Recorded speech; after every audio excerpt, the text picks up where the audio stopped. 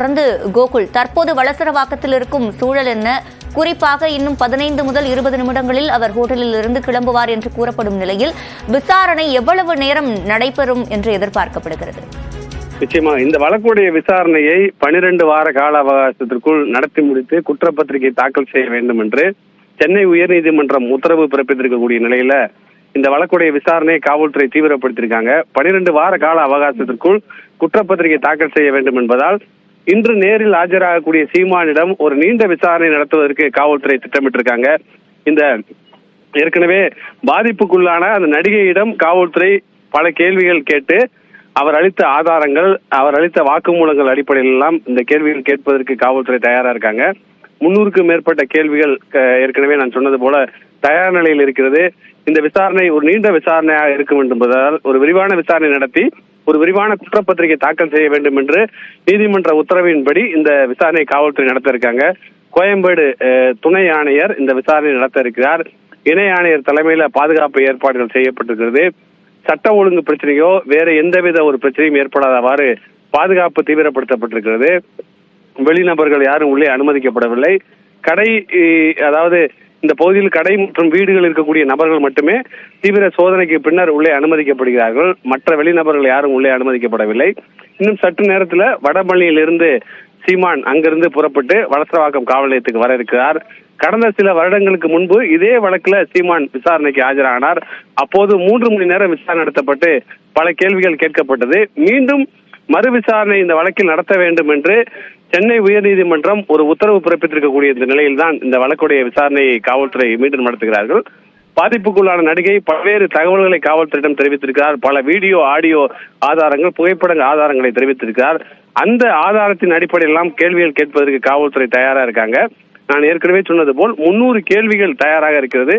அந்த கேள்வி என்பது பல மணி நேர விசாரணைக்கு பின்னர் முழுமையாக அந்த விசாரணைக்கு ஒத்துழைப்பு அளித்தாரா அல்லது வேறு ஏதாவது கேள்விகளுக்கு பதில் அளிக்கவில்லை என்றால் அடுத்த கட்ட நடவடிக்கையாக கைது நடவடிக்கையும் எடுக்கப்படுவதற்கான வாய்ப்பு இருப்பதாக காவல்துறை தரப்புல தெரிவிக்கப்பட்டிருக்கு. கோகுல், அதே போல ஒரு வழக்கின் விசாரணைக்காக ஆஜராக சொல்வது என்பது ஒரு சட்ட நடைமுறையாக உள்ளது. இந்த சூழலில் நாம் தமிழர் கட்சியினர் அங்கு கூடியிருப்பதை காவல்துறையினர் எவ்வாறு கையாள்கின்றனர்? நிச்சயமாக ஏறக்குறைய சென்னை, காஞ்சிபுரம், திருவள்ளூர், செங்கல்பட்டு உள்ளிட்ட மாவட்டங்களிலிருந்து நாம் தமிழர் கட்சியுடைய நிர்வாகிகளும் தொண்டர்களும் இங்கு வருவார்கள் என்ற ஒரு தகவல் காவல்துறைக்கு இருக்கிறது. 500க்கும் மேற்பட்ட நபர்கள் வரக்கூடும் என்ற ஒரு தகவலும் இருக்கிறது. அதுபோன்று ஒரு கூட்டம் கூடினால் ஏதாவது அசம்பாவித சம்பவங்களோ சட்ட ஒழுங்கு பிரச்சனையோ ஏற்படக்கூடும் என்பதால் அந்த கூட்டத்தை கூட்ட விடாமல் காவல்துறை பல சாலைகள், அதாவது இந்த ஸ்ரீதேவி குப்பம் சாலையில பல இணைப்பு சாலைகள் இருக்கிறது. அந்த இணைப்பு சாலைகள் முழுவதுமே காவல்துறை தடுப்புகள் அமைத்து வெளிநபர்கள் யாரையும் உள்ளே செல்லாதவாறு தீவிர பாதுகாப்பு பணியில் ஈடுபட்டிருக்காங்க. இப்போது நாம் தமிழர் கட்சியுடைய நிர்வாகிகள் முக்கிய சாலையான அந்த ஆற்காடு சாலையில் நின்று கொண்டு காவல் நிலையம் இருக்கக்கூடிய சாலைக்கு உள்ளே எங்களுக்கு காவல் நிலையம் அருகே செல்ல அனுமதிக்க வேண்டும் என்ற ஒரு கோஷங்களை காவல்துறைக்கு எதிராக எழுப்பி வருகிறார்கள். காவல்துறை அனுமதி மறுத்ததை எடுத்துதான் திடீரென இந்த சாலை மறியல் போராட்டத்திலையும் அவங்க ஈடுபட்டாங்க. தொடர்ந்து பல தொண்டர்களும் சீமானோடு நேரடியாக வரக்கூடும் என்பதால் காவல்துறை அனைத்து சாலைகளிலையும் தடுப்புகள் அமைத்து வெளிநபர்கள் உள்ளே வராதவாறு கண்காணிப்பில் ஈடுபட்டிருக்காங்க. தொடர்ந்து எந்த ஒரு பிரச்சனையும் இல்லாமல் இந்த விசாரணை நடத்தி முடிப்பதற்கான ஏற்பாடுகள் செய்யப்பட்டிருக்கிறது. கடந்த முறை அவர் விசாரணைக்கு ஆஜராகும் போது ஆயிரக்கணக்கானோர் இந்த சாலையில் காவல்துறைக்கு எதிராக கோஷங்களை எழுப்பியதால் அது போன்ற ஒரு சூழல் ஏற்படாதவாறு முன்னெச்சரிக்கையாக வெளிநபர்கள் யாரும் உள்ளே வராதவாறு இந்த பாதுகாப்பு நடவடிக்கையை காவல்துறை தற்பொழுது முன்னெச்சரிக்கை நடவடிக்கையை மேற்கொண்டிருக்காங்க.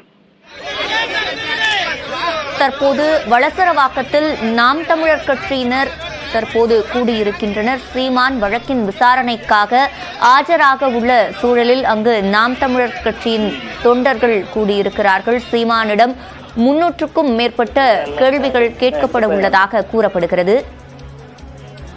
தற்போது வளசரவாக்கத்தில் நாம் தமிழர் கட்சியினர் சாலை மறியலில் ஈடுபட்டிருக்கும் நிலையில் அந்த காட்சிகளை பார்த்துக் கொண்டிருக்கிறோம்.